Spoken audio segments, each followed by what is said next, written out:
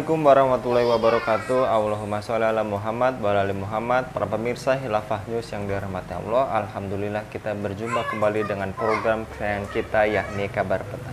Kita akan membahas tema-tema terkini dengan narasumber yang terpercaya, tentunya dari sudut pandang Islam. Inilah Kabar Petang selengkapnya.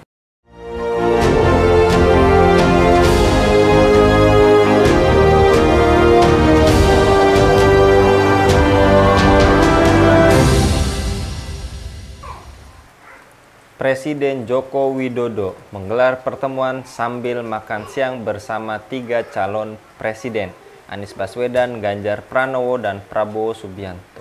Pertemuan itu berlangsung hangat dan penuh keakraban. Adapun pertemuan itu berlangsung di Istana Kepresidenan Jakarta Pusat Senin 30 Oktober 2023, sekitar pukul 12.30 waktu Indonesia Barat. Dalam pertemuan itu, Jokowi tampak mengenakan kemeja batik berwarna biru. Ketiga capres juga terlihat menggunakan kemeja yang sama, yaitu batik. Ganjar mengenakan batik merah, Prabowo mengenakan batik berwarna coklat muda, dan Anies mengenakan batik berwarna coklat muda. Apakah ini bagian dari diplomasi kuliner ala Jokowi? Apakah tak ada makan siang gratis? Apakah sedang terjadi lobby-lobby politik? Untuk membahasnya kami terhubung dengan Direktur Indonesia Justice Monitor Bung Agung Wisnuwardana. Kita sapa terlebih dahulu. Assalamualaikum warahmatullahi wabarakatuh, Bung Agung. Waalaikumsalam warahmatullahi wabarakatuh. Sehat ya, Bung Agung? Sehat walafiat, alhamdulillah. Alhamdulillah. Baik, Bung Agung, lagi-lagi terkait diplomasi atau cawe-cawe dengan makan siang ala Jokowi. Dan kali ini, apakah makan siang yang diadakan Presiden tersebut gimmick, Bung Agung? Dan apakah tujuannya sekedar untuk mengesankan bahwa Presiden netral di Pilpres 2024? Oke, gimmick dalam politik itu dimaknai sebagai upaya untuk membangun kesan, upaya untuk membangun persepsi publik, citra publik pada diri seseorang. Dan dalam konteks politik pragmatis kekinian, gimmick politik itu kalau sudah jadi bumbu gitu, artinya semua pihak memang sedang berupaya untuk membangun gimmick politik. Jadi kalau saya ditanya apakah yang dilakukan Presiden Jokowi mengundang makan siang, apalagi tidak main-main loh ya, makan siang tapi diliput. Kecuali makan siang nggak diliput, mungkin tidak ada gimmick ya. Tapi kalau makan siangnya diliput, kemudian tersiar secara luas, tentu yang dimaksudkan adalah ingin Pak Jokowi mendapatkan citra tertentu, kesan tertentu di hadapan publik. Paling tidak kesan yang ingin diambil dari agenda ini adalah bahwa Pak Jokowi ingin berharap ada terkesan netral. Dan ini kan nyambung dengan apa yang disampaikan Pak Anies Baswedan ketika jumpa pers, bahwa eh, ketika ditanya terkait dengan netralitas, harapan netralitas seorang Presiden Jokowi, Pak Presiden menyampaikan bahwa dia akan bersikap netral terhadap kondisi itu. Jadi memang ada upaya, ini gimmick politik yang dilakukan oleh Pak Jokowi, dan Pak Jokowi ingin mengesankan bahwa walaupun putranya menjadi cawapres membersamai Pak Prabowo, dia ingin mengesankan bahwa dirinya sebagai presiden akan netral dalam Pilpres 2024. Nah, itu yang ingin digambarkan. Walaupun tentu kita tidak tahu juga ya, apakah di dalam pertemuan itu ada upaya untuk membangun deal-deal politik, apakah ada upaya untuk misalnya membangun semacam kesepemahaman dan kesepakatan tertentu. Ada beberapa pihak yang menafsirkan bahwa posisi Pak Jokowi hari ini terdesak. Terdesak kenapa? Karena waktu tinggal 1 tahun, sementara banyak proyek-proyek strategis yang belum tuntas. Dan itu bisa menyebabkan Pak Jokowi bisa tersandung hukum nantinya ketika eh, presiden berikutnya itu tidak pro pada kebijakan-kebijakan yang dia lakukan. Jadi clear bahwa apa yang dilakukan ini upaya gimmick politik untuk mengesankan seorang Jokowi netral, tapi tentu kemungkinan ada hal-hal lain yang lebih krusial dari sebatas netralitas citra. Begitu, Kak. Baik, Bung Agung, juga apakah publik percaya netralitas Jokowi di Pilpres 2024 dan publik sudah melihat semua supra infrastruktur digunakan untuk memuluskan putranya sebagai calon wakil presiden? Bung Agung, bagaimana tanggapan Anda? Ya, agak sulit ya di satu kondisi politik yang begitu pragmatis hari ini, tidak ada alat kekuasaan yang digunakan. Padahal dari lingkup yang paling kecil saja di Indonesia ini, pemilihan kepala desa saja, misalnya ya, seorang kubu, anaknya maju kubu lagi, tentu seorang kubu senior itu akan memberikan ruang-ruang yang lebih luas kepada anaknya yang maju kubu berikutnya. Dan apalagi kita pahami bahwa Pak Jokowi itu di Pilpres 2024 masih menjabat sebagai presiden. Sementara semua alat kekuasaan ada pada diri beliau ya, tentara, kemudian pejabat-pejabat dan pegawai negeri, terus kemudian kepolisian, ya, kejaksaan, semua dalam kendali seorang presiden. Dia punya alat kekuasaan yang sangat lengkap dan ini yang dikhawatirkan oleh banyak kalangan bahwa Pak Jokowi akan menggunakan alat-alat kekuasaan itu untuk memenangkan bakal calon memenangkan capres dan cawapres tertentu. Tentu ya capres dan cawapres yang di dalamnya ada anak beliau yaitu Gibran Raka Buming Raka. Jadi banyak pihak yang nggak percaya terkait dengan masalah itu. Apalagi pengalaman di Indonesia itu hampir sebagian besarnya ya politik dinasti dan tentu anaknya, saudaranya itu yang akan mendapatkan privilege untuk kepentingan ini. Eh, Kenapa ini tidak bisa dipercaya kenetralannya? Ya, kita bisa lihat proses-proses yang terjadi selama ini.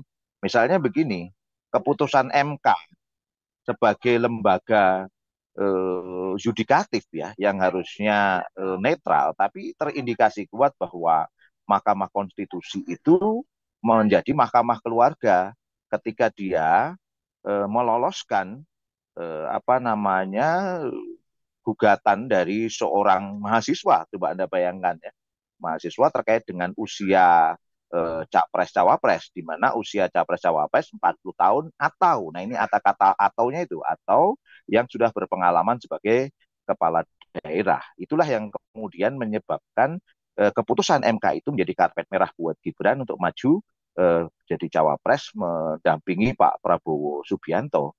Sehingga hal itu saja sudah menunjukkan ketidaknetralan, apalagi ketua MK itu adalah paman Gibran atau boleh dikata sebagai adik ipar dari Jokowi ya, adik ipar Jokowi ketua MK Anwar Usman itu. Nah, ini kan juga menjadi sebuah pertanyaan. Belum lagi sebelum-sebelumnya ya, sekarang mulai muncul lagi terkait dengan gugatan beberapa orang dari PDI Perjuangan terkait dengan usulan proposal 3 periode, terus kemudian perpanjangan masa jabatan presiden, yang ternyata ada indikasi bahwa itu semua juga atas perintah dari Pak Jokowi gitu. Apalagi sekarang terkait dengan proses reshuffle kabinet dan juga pergantian beberapa pejabat-pejabat tinggi. Misalnya sekarang Kasat diganti oleh seorang Slamet Subianto yang kebetulan dulu pernah menjabat Dandim Waras Pratama Surakarta saat Jokowi menjadi wali kota. Dan kemungkinan dia akan maju saat ini menjadi Panglima ABRI sekitar November ini atau Desember menggantikan Yudo Margono. Sementara Kasat nanti akan diganti Maruli.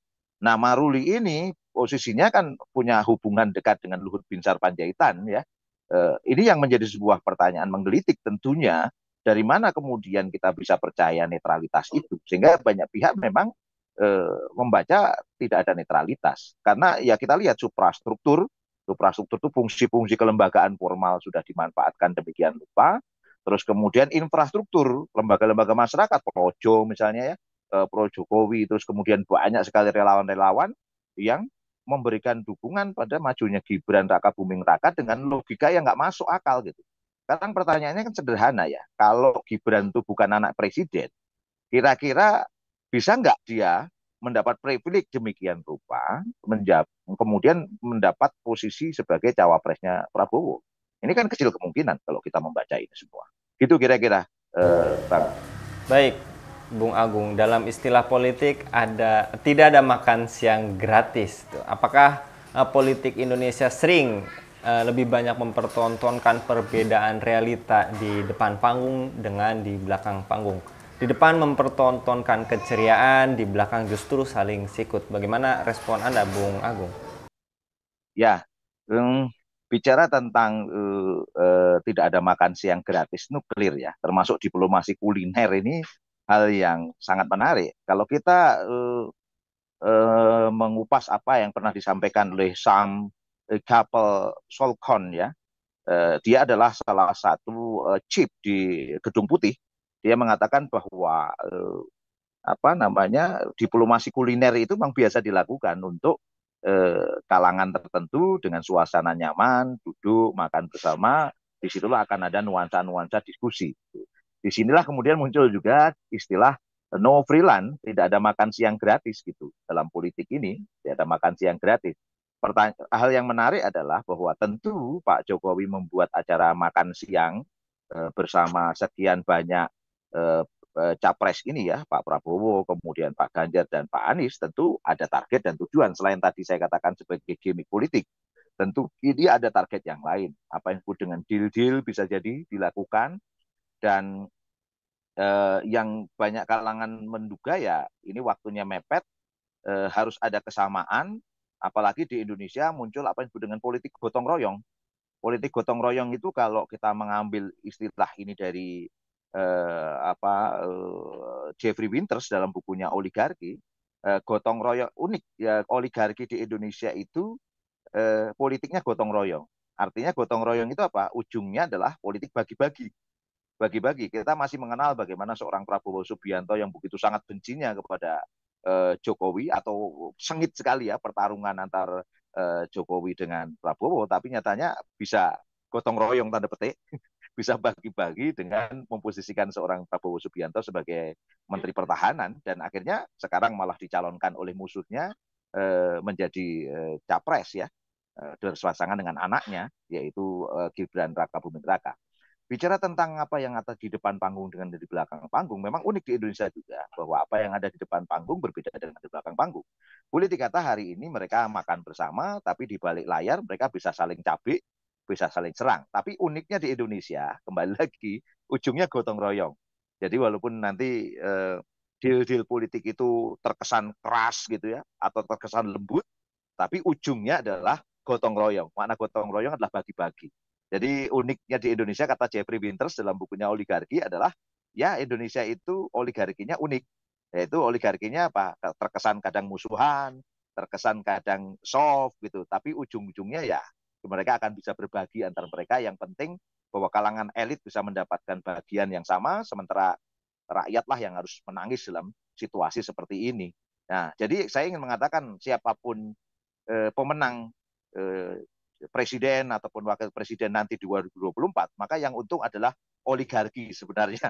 Karena oligarki sangat bisa berbagi, bergotong royong untuk berbagi kekayaan Indonesia. Itu kira-kira. Ya. Tak ada kawan abadi, yang ada kepentingan abadi gitu ya, Bung Agung. Ya, betul, Ya. betul.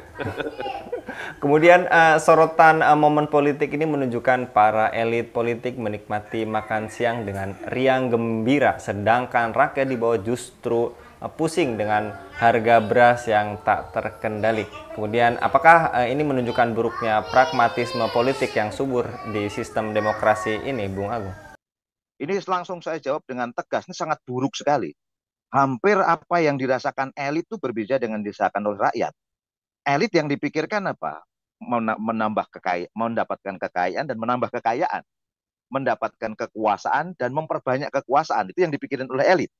Sementara rakyat akan menghadapi situasi seperti sekarang, kekeringan yang terus-menerus, ada problem pangan, harga beras terus naik karena memang stok beras menjadi problem, dan sekarang kenapa beras menjadi naik juga, ada 6 mafia punglo di Indonesia ini yang menguasai pangan, yang menguasai beras di Indonesia, sehingga bisa jadi di antara mereka sedang melakukan penimbunan, ketika dalam kondisi tertentu baru timbunan itu akan dikeluarkan.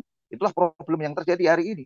Apa yang dirasakan elit, apa yang sedang diperdebatkan oleh elit, nggak ada kaitan dengan apa yang dirasakan oleh masyarakat.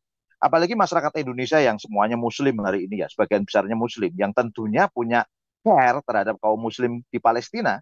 Tidak ada satupun capres-cawapres yang memiliki care, apalagi Pak Jokowi misalnya ya, yang betul-betul memberikan pasokan, mengirimkan pasukan, Kopassus kah, Denjaka kah, Paskas kah, untuk apa namanya, memberikan warning kepada Zionis Yahudi misalnya untuk konteks ini hampir nggak ada sama sekali. Jadi sekali lagi saya ingin mengatakan, belum lagi kalau kita berbicara sekarang misalnya eh, problem ke depan ada problem energi. Harga BBM akan naik, dan harga BBM naik itu ternyata bukan sekedar supply and demand, tapi ada persoalan yang disebut dengan future trading yang nggak bisa dikendalikan. Bagi elit itu nggak terlalu penting. Yang penting mereka mendapatkan rente dari sebuah impor minyak dan gas, sementara rakyat akan menghadapi kenaikan harga BBM. Dan begitu kenaikan harga BBM, yang terjadi adalah kenaikan ongkos produksi. Begitu terjadi ongkos produksi, ya kenaikan harga. Begitu kenaikan harga, problem yang terjadi di tengah-tengah kita. Apalagi sekarang misalnya kurs rupiah yang semakin jatuh ya. Sekarang udah mau mendekati 16.000. Dan ini akan terus jatuh. Dan ini akan terkena pada pembayaran utang kita. Dan itu balik-balik yang akan dirugikan adalah rakyat, harus dibebani utang negara dengan membayar pajak gitu. Ya hampir nggak ada. Mereka akan berpikir dengan pikirannya, yaitu menambah kekayaan dan memperbesar kekayaan, menambah kekuasaan dan memperbesar kekuasaan. Dan disebut sangat jelas sekali oleh tulisan Jeffrey Winters dalam bukunya Oligarki. Jadi jangan dibayangkan bahwa mereka memikirkan apa yang sedang kita rasakan hari ini. Jauh panggang dari api. Begitu kira-kira, Bang. Baik, jazakallah Bung Agung untuk kesempatannya Amin, pada kabar petang kali ini. Jadi Menteri Keuangan, Koordinator Keuangan pun mengatakan bukan rupiah yang melemah, tapi dolar yang menguat gitu ya Bung Agung. Itulah uniknya kita, mencari gimmick-gimmick untuk mengelabui apa yang ada di hadapan masyarakat. Baik, jazakallah sekali lagi Bung Agung. Mudah-mudahan Bung Agung senantiasa baik. dilindungi oleh Allah Subhanahu wa taala dalam Amin. setiap aktivitasnya.